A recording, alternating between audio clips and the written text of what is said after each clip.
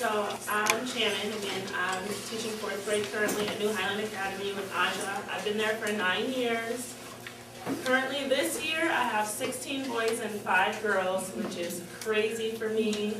Their energy level is a lot higher than I've ever had in my room. So one of the things I was trying to do is figure out how can I teach these kids and meet their energy level and keep it interesting and keep these kids motivated.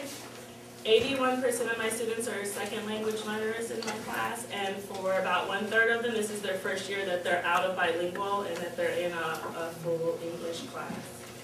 So for the inquiry, this is actually my 3rd grade, or my 3rd year participating with meals, and this year I decided to focus on science vocabulary.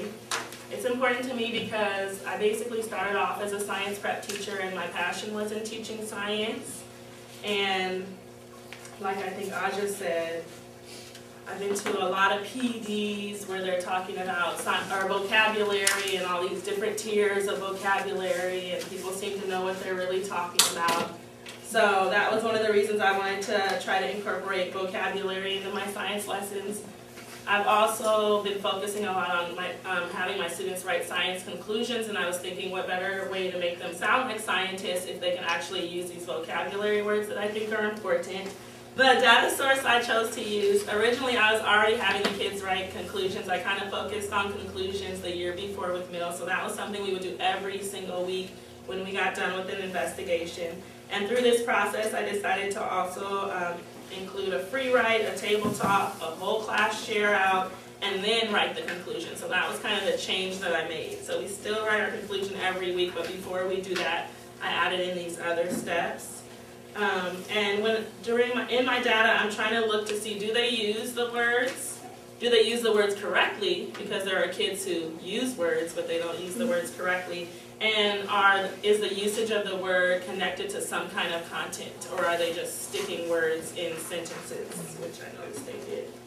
So to just step back from my meals routine, one of the other routines I have is I give the kids this, it's a chart with all the vocabulary words they're going to learn in a unit. I give it to them up front. And as we teach a lesson, I go back and say, oh, what do you think the key words were we worked on last week, to see if they remember the vocabulary words. And one person can tell me a word, and then all the other students have to tell me something they remember about that vocabulary word. If I feel they know enough about the word, we color it in, and then we continue to learn about the word throughout the unit. But that's just my little quick check-in with the kids to see that they even learn the word. So throughout the lessons, I teach the words explicitly, and then they go to a workshop time. Some of them have a little science workshop where they manipulate these words, where I give them a closed paragraph, and they have to put the words in the paragraph, where they have a sort, where they have a picture, where they have to match the vocabulary words with the picture. So throughout the science lessons, I'm really stressing the use of these vocabulary words. So like I said before, my data source was first just conclusions. So we would do those often.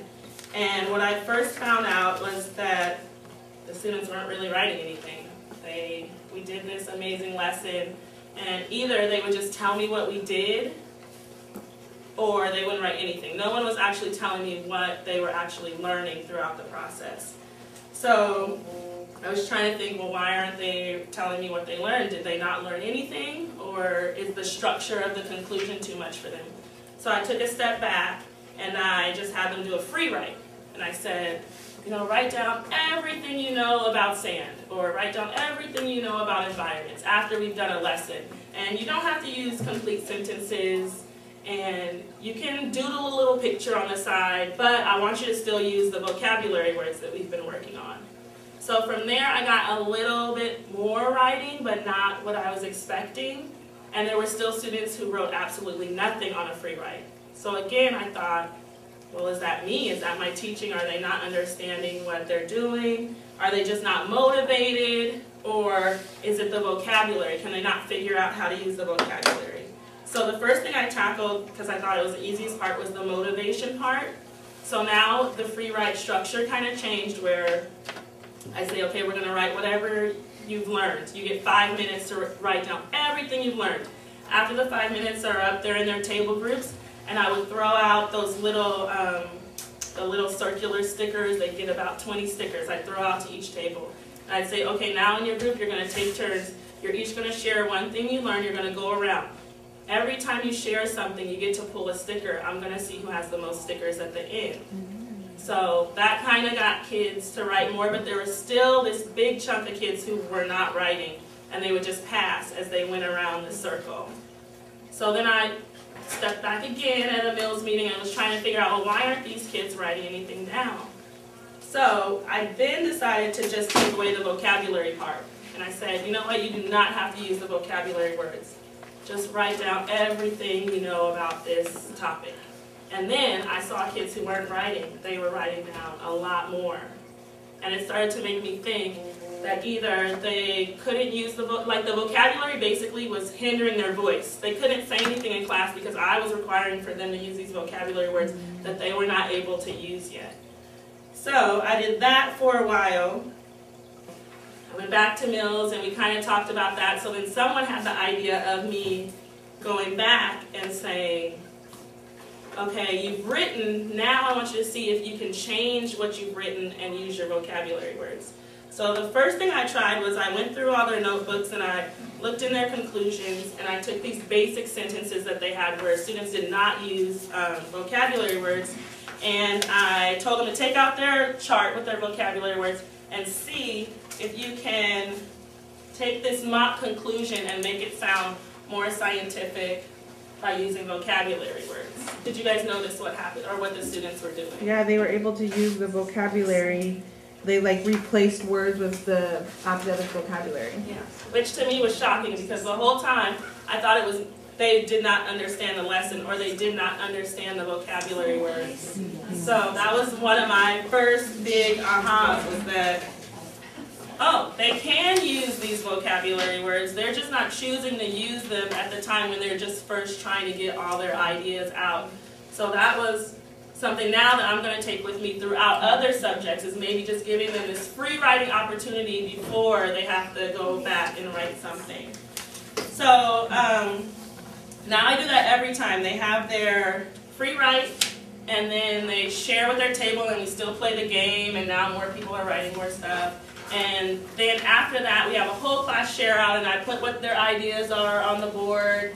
And then we go back and we take out our vocabulary sheet and we say, okay, now can we change some of these words into our key science vocabulary words? And then they raise their hand and they go back and they say, oh, we could put this word here, we could put this word there. I think I'm more in the space where I need to give kids who can't use the vocabulary, instead of saying like, you didn't write anything down, like, okay, they can't use the vocabulary, I'm not going to hinder them because they can't use the vocabulary. In Mills, you really want your data source to be something that you're already doing and that you are able to do very often. You don't want to add something new that then you just sit on a back table and then you never go back to teach it because you don't have time. So at first, my routine data source was the conclusions, because I do that already every week, and it's something I can look back at all the time and see, did they put the vocabulary words, are they using them correctly, is it connected to a concept, and I can just go through my checklist each time. So we want you to think of, based on your learning goal that you guys decided, what would your routine data source, what's something you can look at all the time to see if they are reaching this goal.